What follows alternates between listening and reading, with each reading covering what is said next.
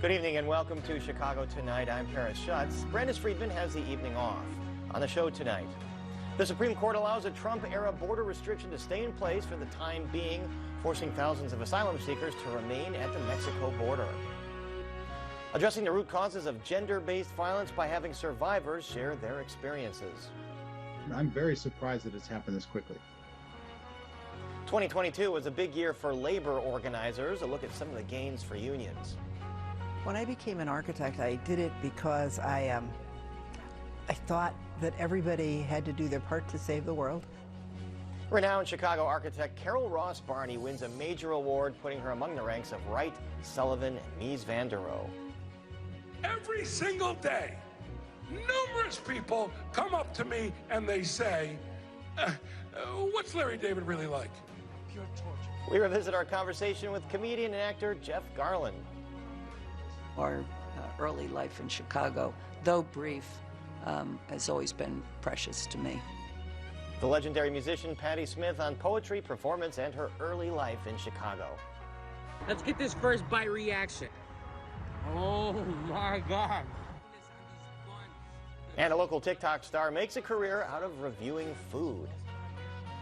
But first, some of today's top stories. Residents in senior housing owned by the Chicago Housing Authority say they have been without heat for several days.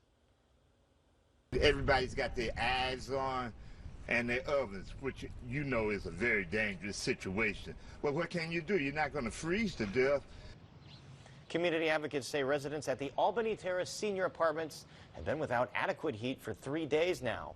They're calling on the Chicago Housing Authority to restore proper heat in the South Lawndale building. Residents say issues are common in that building. They also say they experienced flooding due to burst pipes in the building on Christmas.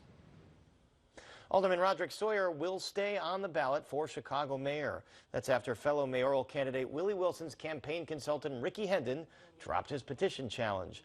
The decision comes a day after an election board hearing between Hendon and Sawyer's legal team. The race for mayor right now is at 9 candidates, and a decision is expected Friday from the election board on a challenge to Chicago police officer Frederick Collins' nominating petitions. Another rough day for Southwest Airlines customers. The airline canceled another 2,500 flights today. More than 90% of all canceled flights in the U.S. as of this morning were from Southwest, according to the flight tracking website FlightAware. U.S. Transportation Secretary Pete Buttigieg says his agency will look into the airline to examine the causes of the cancellations. Southwest CEO Robert Jordan says the airline will be flying a reduced schedule for the next several days as it attempts to sort things out. More than 2,300 flights have already been canceled for tomorrow. Not getting any easier. And up next, the Trump-era immigration policy is set to remain. What members of a local advocacy group say that means for them. So please stay with us. Chicago Tonight is made possible in part by Alexandra and John Nichols, the Jim and Kay Mabey family, the Polk Brothers Foundation, and the support of these donors.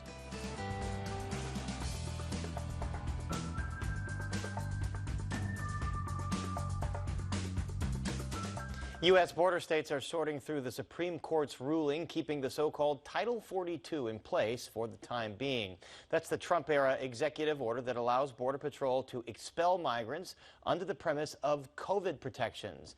But the legal case for and against the order isn't over, as tens of thousands of migrants face increased uncertainty. And joining us are Victoria Carmona, Assistant Clinical Lecturer and Director of the Chicago-Kent Law Group's Immigration Law Clinic, and Johannes Favi, Chicago Immigrant Transit Assistance Director for the Interfaith Community for Detained Immigrants. He joins us tonight via Zoom. Thank you both for being here. Victoria, I'll start with you. The basics. What is Title 42 and how was it put into effect? So Title 42 is actually a public health law from 1944. So if we want to go back to the World War II era, the idea was that it would give the authority to the government to expel or refuse entry to certain foreign nationals on the basis of a public health concern or a communicable disease. And so this was the justification the Trump administration used to expel migrants because of COVID, using this Title 42 from several decades ago. Correct. So this law is from 1944, was never implemented until March of 2020.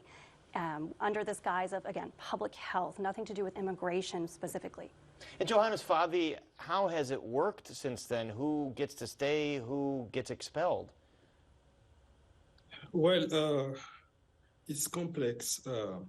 The end of Title 42 is long overdue, and President Biden promised to put an end to this cruel and racist policy.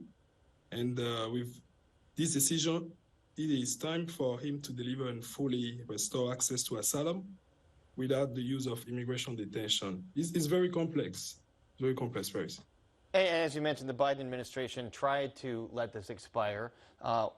Remind us why states sued to keep it in place.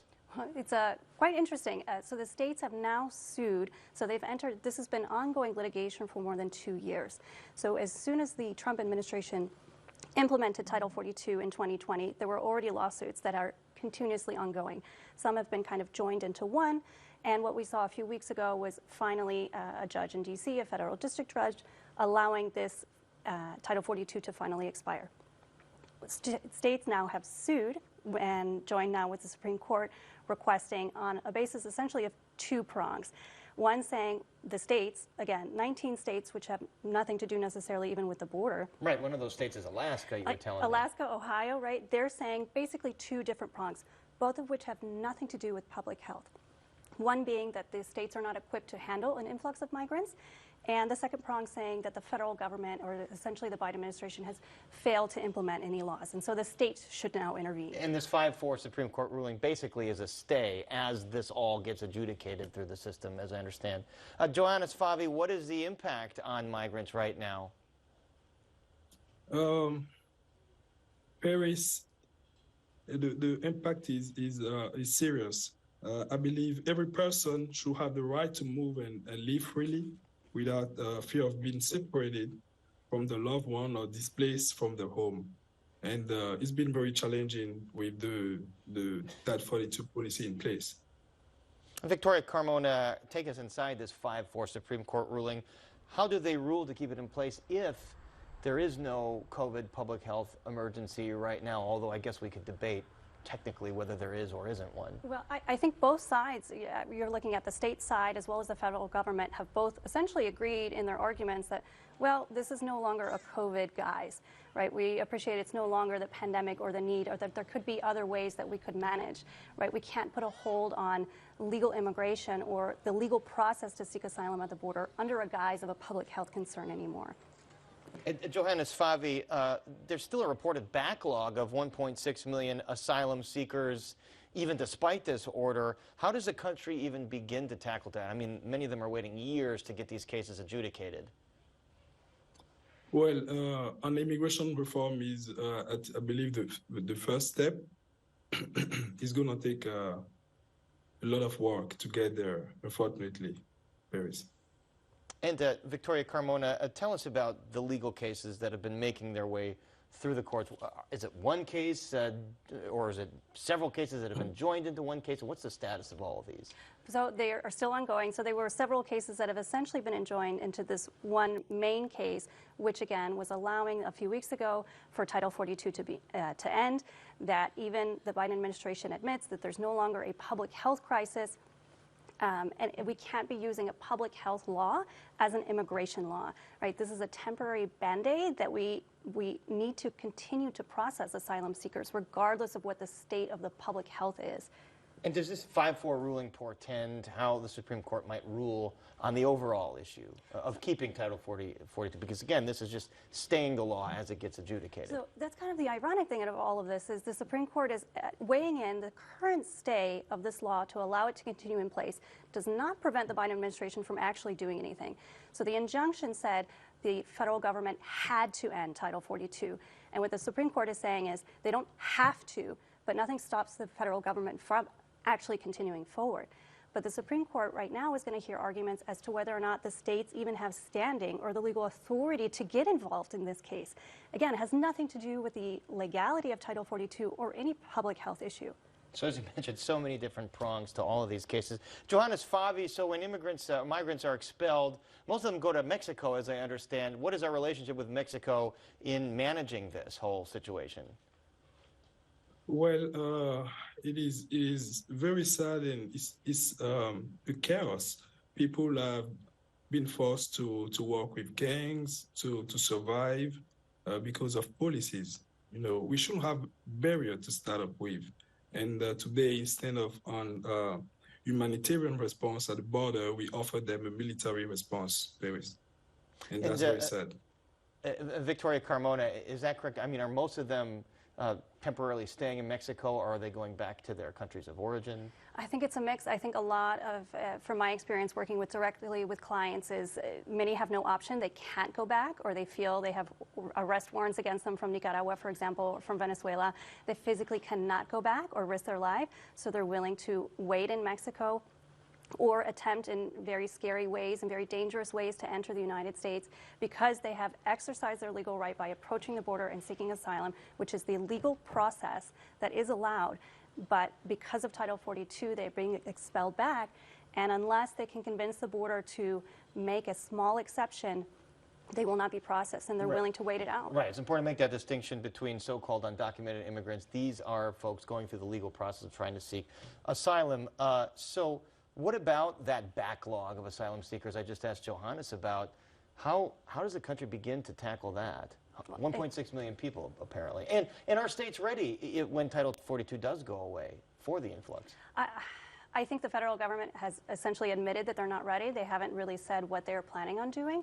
We know, right? And again, I think us advocates have been ready and have said, we are ready to step up, right? Organizations were at the border ready to help. We have thousands of immigration attorneys that are ready to help, but our system does not allow that. All right, we're going to have to leave the conversation there. My thanks to Victoria Carmona and Johannes Fabi. Thanks for joining us. Thanks, Paris. Thank you so much. 5 years after the Me Too movement went viral, advocates and survivors say it's still hard to speak out. Advocacy groups around the city have banded together to try and shift that shame by trying to address the root causes of gender-based violence. It's called the Survivor Power Institute, and its goal is to put survivors at the forefront of making changes in their communities. And joining us is Carla Altmaier, co-founder and co-director of Healing to Action, a nonprofit that launched the Institute. Thank you for being with us here on Chicago Tonight. So your organization is leading this new Survivor Power Institute. Tell us what it is and how it helps survivors. Thank you so much for having me tonight here. So the Survivor Power Institute is really a place for bringing together grassroots organizations, sexual assault advocates who've been working on the front lines for years on the issues of gender-based violence and are really trying to think about how to now respond to the new realities of what gender-based violence look like, and particularly the challenges in connecting with survivors. The pandemic really exacerbated the challenges of already this individualized approach in meeting with survivors and trying to connect with them and bring them resources. So now is the time to really have community members have the tools and excessive lessons learned really to build the power of survivors directly so that survivors can be those intermediaries in connecting with isolated survivors and having their voices at the tables for shaping policies and advocating with decision makers. And you say the approach here is to address the root causes of gender-based violence. So how can you do that in a way that has not been done yet? That's a great question that you're asking. One of the challenges has always been around gender-based violence, or addressing it, is the cultural aspect of gender-based violence. It is so embedded in our society. It is embedded in our workplaces, in our schools. And so when the Me Too movement came out, it was really sounding the alarm of how prevalent this problem has been. And with survivors of gender-based violence specifically, we see survivors as being the key experts and leaders to being able to address, being able to talk to isolated survivors. And so by doing that, they are breaking the shame and the stigma that's surrounded by gender-based violence. And then survivors are able to talk about their experiences and potentially hold community members accountable. And that's kind of the shift that we need to see happening, especially again in light of the pandemic and what happened, where survivors were even more isolated, and so they weren't able to to really come forward. They weren't even able to use the resources of like calling the police or accessing the Rape Crisis Center. And so having other survivors in that community is really powerful, because they become powerful lifelines for those isolated survivors to then connect and reach out. But then they also use their experiences to really shape advocacy. And I want to run some stats by you from another group called The Network that's focused on gender-based violence. It found that there was a 6% increase in hotline calls since 2020, a 42% increase in hotline texts since 2020 as it relates to gender-based violence. What is behind those numbers? More people reporting or more incidents? It might be both. It might be both. That's a great question. And I think, again, that kind of that goes to the issue of like how we've been talking about the issue of gender-based violence, either through the Me Too movement or through other mechanisms, and yet this problem has not really been addressed or reduced, right? And so for us, we see survivors as the key individuals that could really shift and transform this statistic. To ultimately reduce the violence. And that would happen really by survivors both speaking out, having that community support one-on-one, which is so important, especially the isolation that survivors experience, but then also being able to shape policy. And just one example of the shaping of policy, recently the mayor's office has been responding actually to survivors and advocates around prioritizing gender-based violence as a key initiative. And part of that has been because of survivors speaking up and being able to say, this is my story, and this is a really important issue, and here's why.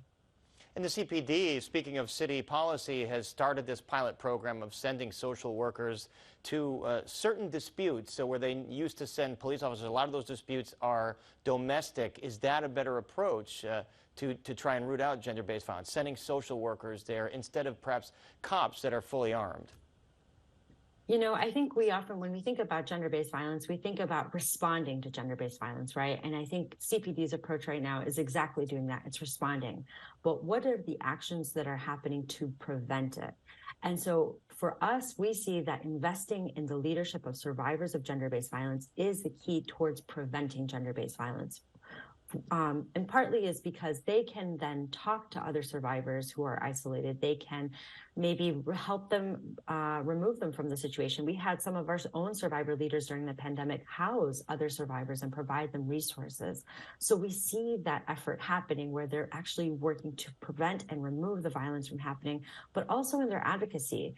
Some of the organizations that participated in our Survivor Power Institute, they are actually supporting survivors in CPS who've been victims of sexual abuse in CPS schools. And so they are connecting with survivors to see how can we really shift, beyond bringing in counselors and therapists, how can we really shift the culture so that there is no more gender-based violence happening at CPS schools. And we mentioned 5 years after Me Too, there still seems to be a stigma or a fear for many to come forward.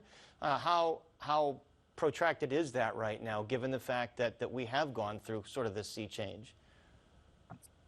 I mean, even if I think we have gone through the sea change, but you still see survivors being reprimanded for speaking out. I think a really great example is R. Kelly and the case that happened. And after the documentary, those survivors who were so brave in coming forward, having them being harassed and continue to be harassed by community members for speaking out. And so I still think that there's a lot of difficulty in speaking out, especially as a result of the pandemic, with so many people, if they were experiencing workplace harassment, being so tied to their workplace because of the economic situation or the economic power at that moment. So it's so important for, again, we see that breaking the stigma and breaking the shame is critical. And the way to do that is really through the building survivor leadership. And we're so proud to be collaborating with racial justice organizations, labor organizations, and other anti-violence orgs to really begin to shift this tide by building the power of those survivors directly. All right, Carla Altmaier, important work ahead for the Survivor Power Institute, and thanks for explaining it to us. Thank you so much. And up next, a local architect wins a coveted prize. Our culture is vibrant, it's rich, it's fun. We try to focus on, hey, let me help you. This is what Chicago is. This is Little Village.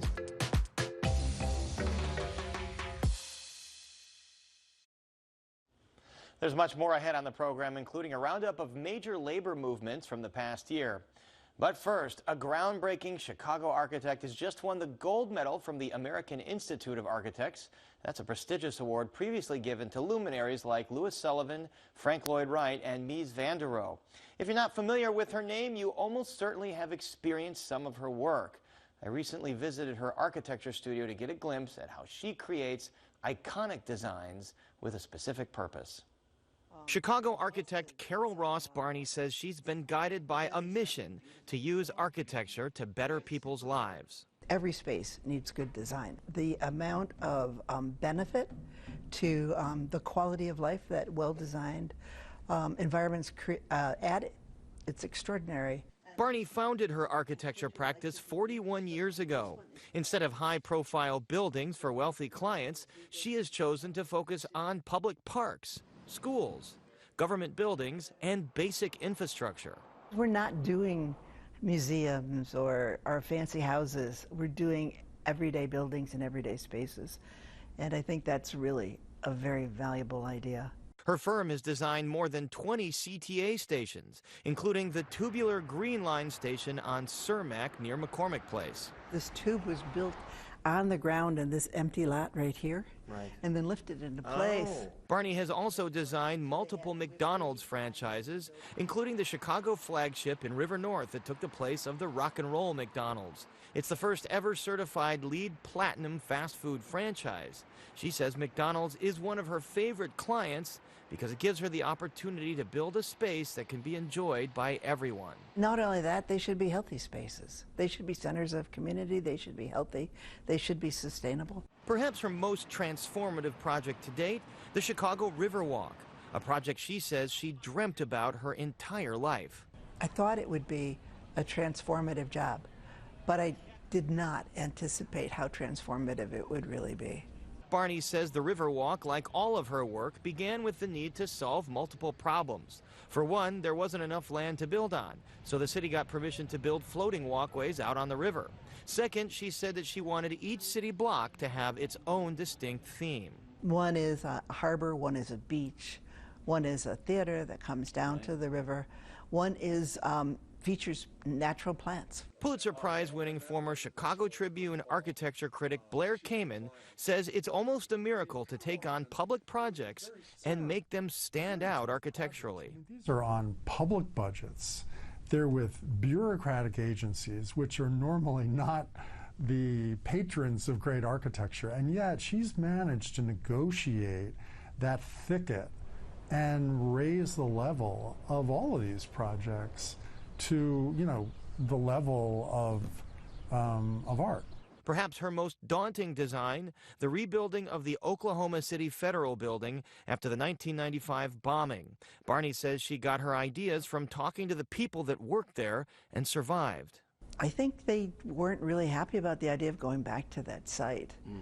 But what we also learned by talking to them, that they didn't want to be scared away.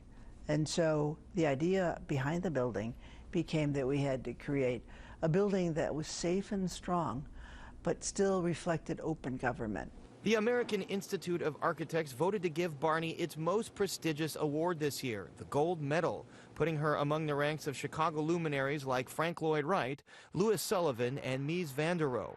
The AIA cites her, quote, architecture that betters the daily life of all who interact with it.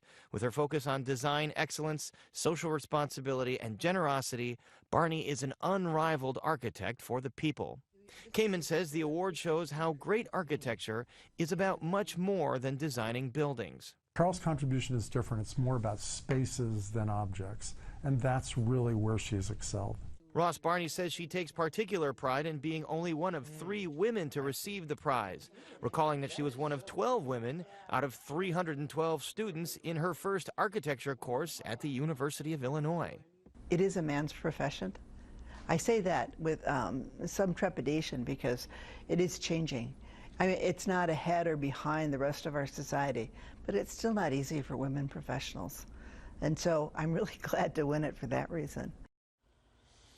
And Ross, Barney has some big projects ahead of her. Namely, she's been tasked with designing DuSable Park. That's that little sliver of land just east of Lakeshore Drive and south of Navy Pier. And there's another big project in the loop that she's not quite ready to announce yet that could transform the central business district.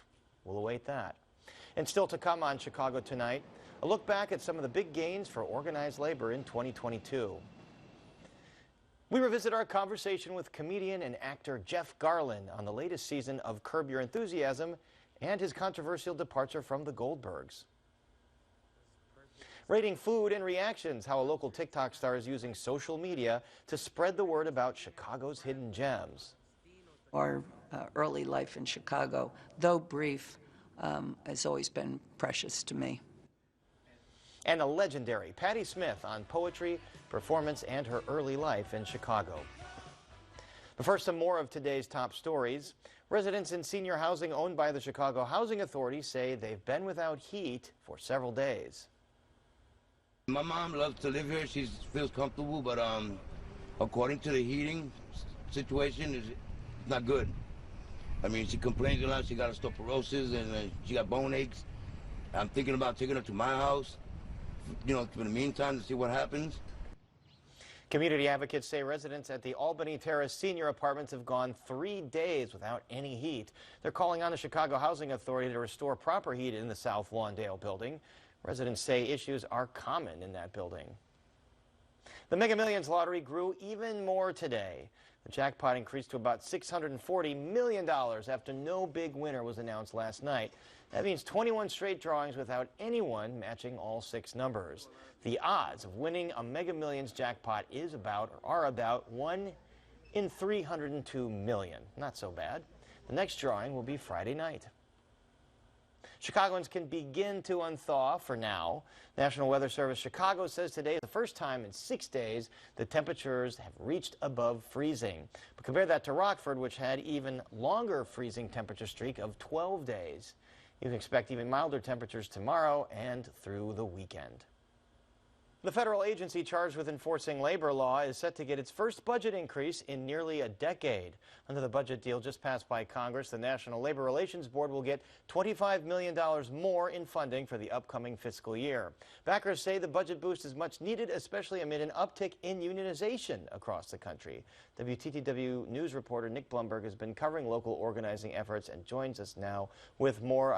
Nick, just how significant an uptick in organizing has there been over the last year? It's really been pretty significant, Paris. According to the National Labor Relations Board, there were more than 1,200 union elections during fiscal year 2022. Now, that is a 50% increase over the prior year. And in 72% of those elections, workers voted in favor of unionizing. That's up from 61% the prior year. Now, public support for labor unions is also at its highest level since 1985, according to a Gallup poll, with 71% of Americans in favor. I know just recently we had the Field Museum organized. So where have these efforts been concentrated? What sectors, what industries? They've been all over the place, but as you and I have talked about multiple times over the course of the year, more than 300 Starbucks locations have unionized around the United States and here in Chicago. In those union elections, 300 have held elections, I should say, but workers in 80% of those voted in favor of joining a union.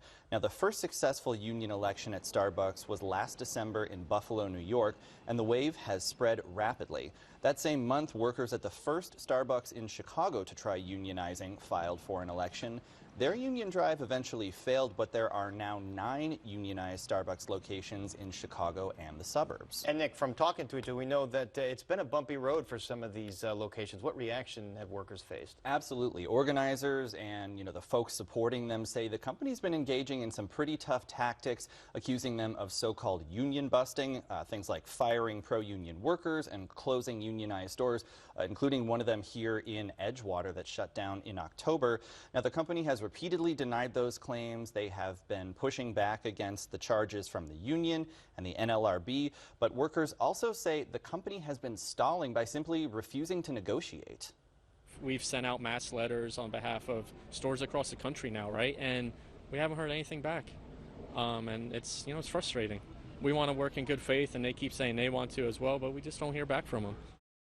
Starbucks, obviously the biggest coffee chain in America and the biggest one to unionize, but not the only coffee company. That's right. We don't want to forget our other friends that are slinging caffeine out there. Employees at 2 La Colombe locations here in Chicago recently announced that they want to unionize. Workers at the 5 Chicago locations of Collectivo Coffee, which is based in Wisconsin, they recently won a fight with management over whether their election in favor of unionizing was valid, which the NLRB ruled it was. And just this month, employees at Intelligentsia's 5 Chicago locations announced they had ratified their first ever contract with the company. All right, so a lot of coffee shops here seeing the organizing. What other companies, what other sectors? That's right. Well, you mentioned the Field Museum. There's been a push for grad student workers at the University of Chicago and Northwestern try and unionize. Adjunct faculty at the School of the Art Institute of Chicago just voted to join a union this month. There's been a push to organize cannabis dispensaries. There's also been efforts at another prominent company that we all know, Amazon. Workers at a Staten Island warehouse made history this year, becoming the first location in the company to unionize. Amazon has a system that is designed to hire and fire. That is it. There's no retaining your position here. You know, they use and abuse you, and when they're done with you, you know, they just replace you. We deserve more, and we deserve better than what we're receiving.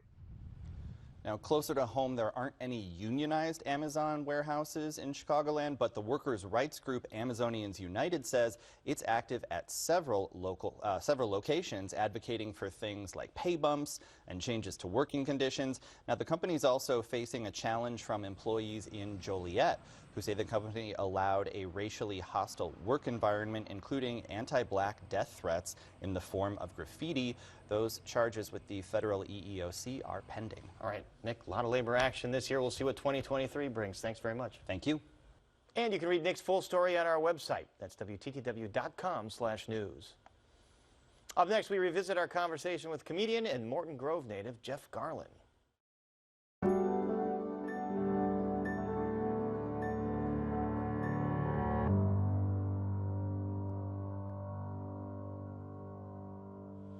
Comedian and actor Jeff Garland has publicly spoken about mental health issues he's struggled with this year. The Morton Grove native recently joined us to talk about his experiences when he was in town to speak at the Chicago Humanities Festival. We began by asking him to share what he was going through with his mental health.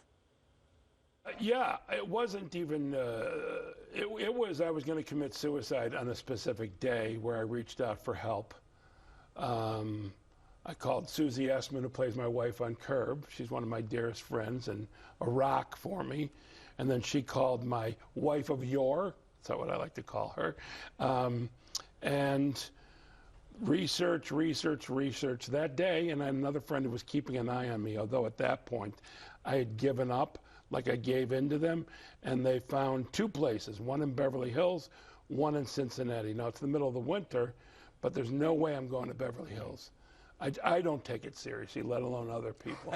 So I went to Cincinnati in the middle of the winter, spent a month at the Lindor Center, and yeah, I was at one point after I left there, at one point for a long period of time, I had therapy 7 hours a week, dialectic behavior therapy, psychotherapy, addiction therapy, like all sorts of therapy, and I'm functioning at a high level. I'm very content, and yeah, it changes. So if you reach out for help, and then if you get help, take it seriously, which I did. And I never thought I'd smile again after that. I thought nothing good will come of it. And you also said you've struggled with bipolar. I mean, do you feel a weight off your shoulders going public about that? Because everyone looks at you as a freewheeling, funny guy. I put it out there because that's, and I barely post to Instagram. And I put it out there because I was feeling very frustrated. And I referred to bipolar as a term I can't use here. And I was suddenly, it was on the news, and I just put it out, you know, not to be a hero, but with the letters that I got, I really inspired some people, and I was thanked. There was no negative anything. And then recently I put out about the suicide stuff, and again, the And I told people, hey, you know, reach out. And look. You seem great. What was your road back like? And it's only a year ago. It was extraordinarily difficult because I had to work my mind, work my body. I also am in recovery. So there was so much going on, but I did nothing else but that. I devoted everything to getting better. I'm better. No, between medication and the therapy, I'm now doing 3 hours a week, and I actually am like, wow, I'm only doing 3 hours. So that's my attitude, only doing 3 hours. And I forgot where I was. Well, so therapy is a good thing, too. There's no... Great thing. And I do both therapy and psychotherapy. So let me ask you, and it's about a year ago or more that the split with the Goldbergs happened. I mean, there were allegations that you were making crude humor. You've addressed all that, and that you were verbally abusive to some people. How do you reflect on all that right now? Well, I reflect on it as it is what it is. There's a political correctness that goes on, and I do sing songs, you know, that are inappropriate, stuff I could even sing here, you know, but certain people found them offensive. What am I going to do? But I've been wanting to quit that show for like 3 years because of that. It didn't just suddenly happen. Every year it was pointed out to me, you can't do this. And I'm like, what? Is this a result of like changing standards and cultural standards, or, I mean, did you have to do some self-reflection and say, all right, maybe some people don't like this? I put it all on me. I don't put it on the Goldbergs or Sony. Nope. It is my situation to deal with. I wish them the best. I'm happy not to be there anymore, but I wish them the best, and I have no ill feelings. That's doing the work that I'm doing. You have to get rid of your resentment and anger. So I take full responsibility. And you've obviously it helps when you have another hit show that you're about to film. Yeah, but that one's been my priority my whole, you know, for over 20 years. So yeah, we're about to start filming a week from now. And some may say it's the more culturally relevant show. Well, it's a very culturally relevant because we deal with everything. Right. We're irreverent with purpose and thoughtfulness as opposed to irreverent just to shock. And I know you're starting to film. Do you already have the outline for this season? I've read the whole season. So are you excited about it? I'm very excited. I know you can't give it away. But... Yeah, I'm very excited about it. It's delightful. How much? And by the way, previously I had to film the Goldbergs and Curb at the same time, which was extraordinarily difficult. Now I get just to focus on Curb, and I feel like a huge weight's been lifted. It's hard. And how much of the dialogue, you've probably talked about this a million times, you go in there and you're just riffing versus what's scripted or what's planned? Yeah, it's improvised. All of it? Well, let's say, I know you have an outline. Hold on. Let's say there's an outline. Each scene is like a paragraph long, and I'm showing the size of the paragraph. And we improvise, but sometimes in there's a Jeff says. Not very often at all. Right. But I say it, whatever that is. But outside of that, it's improvised. And then every take, we do something different. And then when we got a groove, it's just sort of, we need that from this angle. Can you just repeat that, you know? But it's delightful. And you grew up in Morton Grove. Yes. When you come back home, what are your favorite spots to hit up? My bed for a good nap. I love napping. You know, for me, look, first off, obviously a Cubs game. I have season tickets to the Bears. I go to see the Bulls. So there's that. I've seen you at Chicago Music Exchange, too. You're a big music dude. By the way, I was already at Chicago Music Exchange. I go every time I'm here. I love guitars. I go to Lou Malnati's. I go to 11 City Diner. I go to Manny's on Roosevelt Road. I went to the Museum of Contemporary Art. Like, I try and take advantage of all of it. Well, and you have I walk on Lakeshore Drive. I have a nice walk every time I'm here by the water. Delightful. And you have all these hobbies. You love photography. Photography is more than a hobby, though. It's like a passion. It's a passion, but it is actually, I've had 2 shows. My second one was at the Tamarkin Gallery here, and I had the Leica Gallery in Los Angeles. My next one's in Boston, then I'm going to do Europe, and then I'm going to publish a book. We interviewed you on your last show. It was kind of the candid shots of comedians and actors. Is that what you're working on now? By the way, I wanted to be, when I took up photography, a great street photographer. Like Vivian Maier. Well, I produced that movie, Finding Vivian Maier. John Maloof, what a wonderful guy. Who was the guy who he discovered all of that. He's such a sweet man. What was the question? I don't remember, but what your current show is. Oh, my current. So it's the same one that was in Chicago. Right. So I'm doing that show, but there'll be a book on that. So I wanted to be a street photographer, a great street photographer. I stand on the corner taking pictures of people. I stink at that.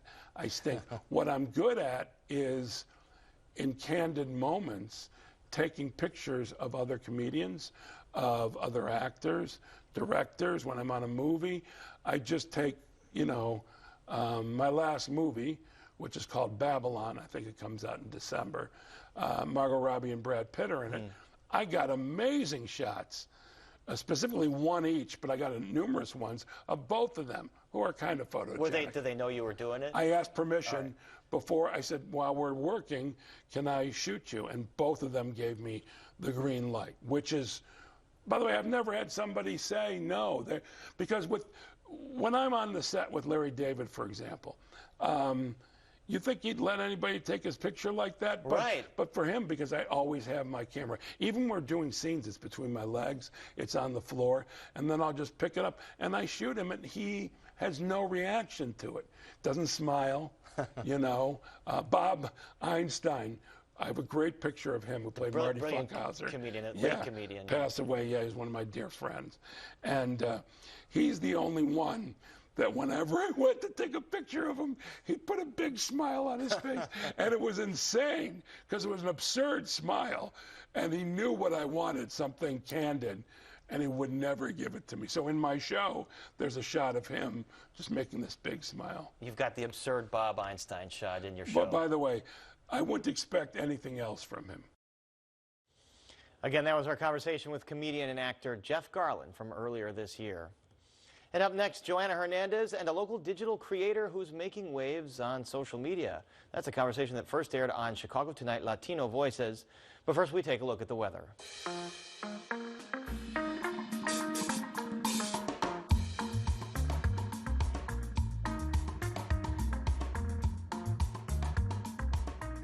The social media platform TikTok is a space you can find all sorts of content. And for some social media influencers, a viral video often leads to a big platform. We recently caught up with a digital creator who goes by the name Chris Dolo, and he's been able to make a name for himself by reviewing food. We met him at Hangry's, a restaurant in the Belmont-Cragen neighborhood. Take a look. What made you want to come into this restaurant or even start doing videos? So I've always had the idea, always wanted to vlog me, going to different restaurants, trying out different cultures, foods. So when I already had the platform, I was already on TikTok. I think I already had around 100,000 followers at the time. I was driving down Fullerton and we happened to stop at Hangry's.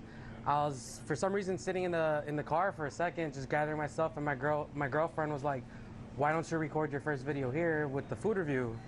So that's what we did. We came in, we looked at what we liked on the menu, and what I got was a Philly cheesesteak with some cheese fries, and what you have in your hand is a horchata slushie. And with that combo, I guess that's what caught everybody's eye. The next day I wake up, it had like over 100,000 views. And you've been doing this for a while now. I'm going on 3 years now. Going on 3 years. Yeah. And going back to that first video that you did here, how has that been for you, reflecting back, going back and thinking about it? It's like doing something unself-consciously, like just doing it and not knowing what the outcome is going to be. Because I was just doing it for fun, and now I've made a whole complete 180 on my life, and it's now my career. And Chris Dolo joins us now. Thank you for being here, Chris. Now, I got to ask you, you've been doing this for about 3 years. What were you doing before TikTok? So prior to TikTok and everything that's happening now, believe it or not, it still has to do with food. I was actually door dashing, delivering people's food. So I'll drive all day, smelling all this delicious food and not being able to eat it, but delivering it to the people. And some of those spots actually ended up going back to review that I found from DoorDash. So when you started doing DoorDash, you were like, maybe I could make some content with doing food reviews. No, it just, it came later on. The DoorDash, I thought back to the DoorDash when I started doing the food reviews, and I remembered like some of the spots that would catch my eye or catch my nose when I'm sniffing some of the great foods that I'm delivering. You never thought you were going to be here now? I would never have thought, no. With 1.7 million followers. Yeah, and Wow. strong. Wow. Now, it seems that most of the restaurants that you go and visit are small businesses. Is there a reason behind that? So there's a big reason. When I go on like Instagram or TikTok, before me doing the videos, I would see other videos of people doing like food reviews. But what I noticed is that they would go to like downtown or like the more corporate restaurants, the more restaurants that necessarily don't need the publicity. So I thought like, yo, there's a lot of mom and pop restaurants all over Chicago, not just one neighborhood. They have different cultures, and I felt like they were the ones that deserved it. So I just stuck to that, and now I just go trying all different types of mom and pop shops all around the city. So you really try to focus on trying to find these small, like you mentioned, small and mom and pop shops of people of color. Correct, yeah. It's a blessing, you know, to be able to provide the platform to them, because they really work all day, all night on their recipes, on their marketing. Some of them don't even market the restaurant, so it's glad where I could come in and help them on that. What's something that you would say you've learned stopping by at these restaurants and talking to the owners? Every restaurant has its own story, you know. Some of them came from a different country. Some of them grew up here their whole life. Some of them have 10 restaurants. Some of them it's their new restaurant. And it's just dope to hear different stories and some of the success stories that some of these restaurants have. Now, I want to play a clip from one of the owners of Hangry's we got a chance to visit that we previously saw, and I want you to hear what he had to say about when he first saw the viral video you made of his restaurant. Let's hear it. When he came out, it just started booming. Like, we started selling out of Phillies. We had a couple of days where we had to close in early just because we were doing so good. And everybody kept ordering the same thing. They would order the horchata slushy, or they would order the Philly cheese with the cheese fries. So we knew that happened. Family members sent it to us. I have to say that horchata slushy was so good. I'm still like literally thinking about it. Does it surprise you the power of social media? At the time, I did not know the power that social media had. And now that I look at it, it's the new way of we're the new commercials. I feel like billboards, radio stations, they don't really work with the marketing nowadays. I feel like everything's more visual now. When did you start seeing that when you went and started making these videos that it could be life-changing for someone? After literally the first one, when I did the first restaurant, which was Hangry's, I want to say I went back like a couple weeks later, and it only had been a couple weeks. I ordered food. Like I said, after I went that first time, I became a regular. So I went back, I ordered my food, and I didn't even know if they saw the video or not. And when I get home, my bag felt heavier, and they had wrote me a thank you letter, like thanking me for the video and how I blew up the restaurant up on social media. So I feel like that was when I knew. And I know recently you also went to this Mexican restaurant. Someone had posted something on TikTok saying it was a family member that worked there, saying that no one's coming to their mom's restaurant. You went, and I feel like hours later there was over like a 2-hour wait. Yeah, so it was a daughter actually who posted the video of her mother just waiting, and the caption titled, you know, "My mom patiently waiting for people to come in." So I got tagged in the video actually over 1,000 times, and like I said, I love to support mom and pop shops. And usually when I see these stories, it's not in Illinois, and it turned out to be in Glenview, Illinois, and I headed over. It was the restaurant's Taco Bell Joys. Yeah. And I was there. They were happy to see me there. They actually know who I was. I ordered the food. I made a video, and then just hours later, I think the news pulled up, and I think it was like a 2-hour wait. And it started off with just the mom and the daughter in the beginning, and by the end of the night, their whole family and came to like support and help them. That's insane. Now, I only have time for one other question, but I do want to ask, you know, this career that you have now on social media has led you to have sponsorship. You have mentioned that.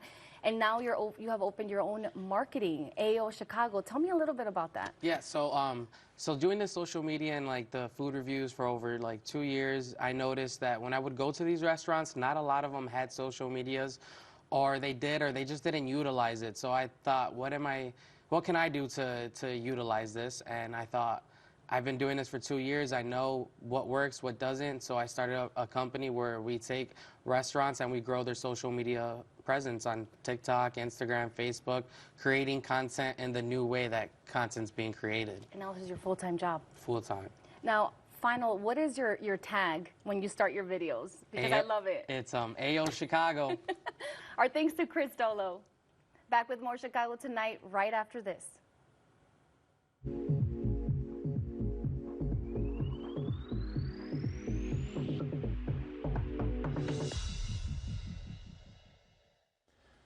Only one member of the Rock and Roll Hall of Fame also won a National Book Award.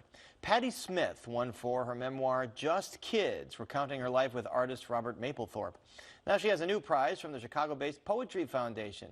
Patti Smith recently sat down with Chicago Tonight to talk poetry, performance, and her early years in Chicago. Here's another look.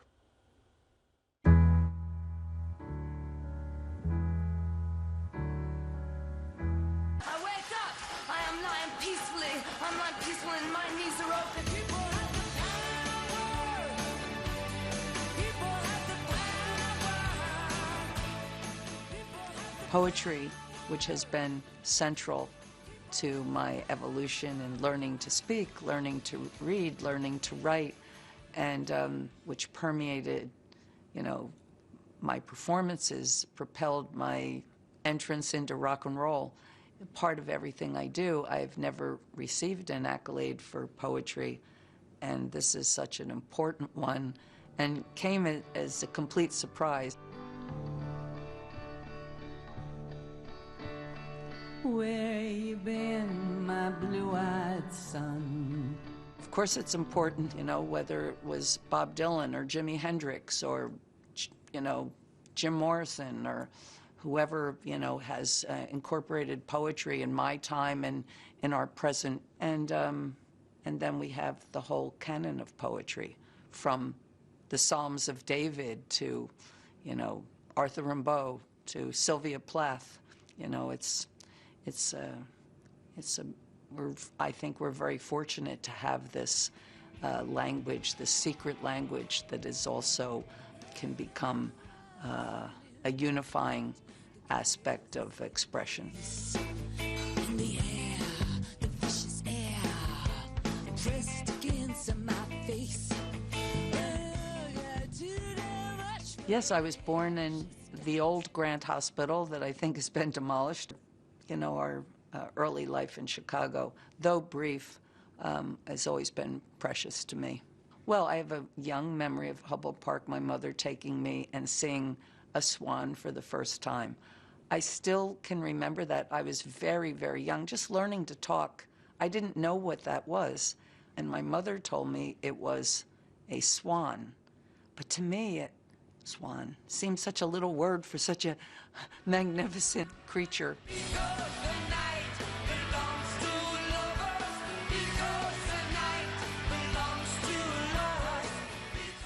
I learned very early on that people had to work for a living, that you had to work not only for a living, but work toward anything that you want to do. Anything, any of your goals, you would have to work hard. And that was part of our upbringing. And so I've always worked. I've always had it, until I started touring, which is also a job. I had jobs in factories, I picked blueberries, I babysat, I worked in a bookstore.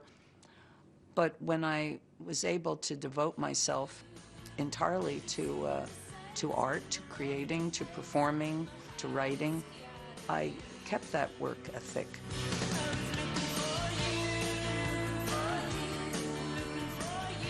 I think that should be part of our daily practice. It makes life more, to me, more wondrous to be, having gratitude as part of your daily practice. There's so many things to be grateful for. I'm grateful for everything. I'm grateful for my toothbrush, because it makes brushing my teeth easy. Sometimes I do a really good brush and I'll say thank you. Really, saying thank you only takes a second.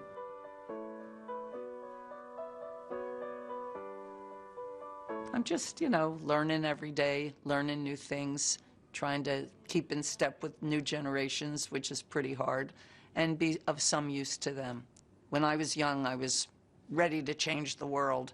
Now I'm just, you know, my role is different. I'm ready to be here if people need an abstract friend. So here I am.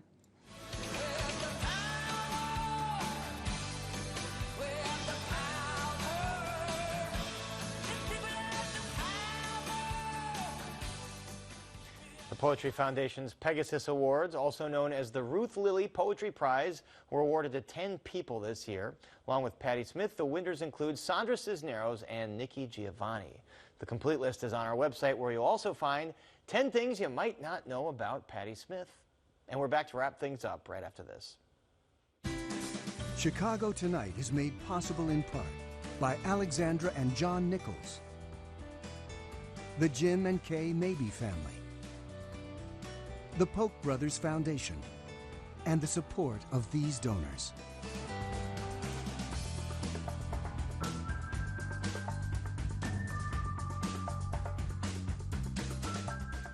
And that's our show for this Wednesday night. Don't forget to stay connected with us by signing up for our daily briefing, and you can get Chicago Tonight streamed on Facebook, YouTube, and our website, WTTW.com/news. You can also get the show via podcast and the PBS video app. And please join us tomorrow night live at 7. And now for all of us here at Chicago Tonight, I'm Paris Schutz. Thank you so much for watching. Enjoy the warmer weather.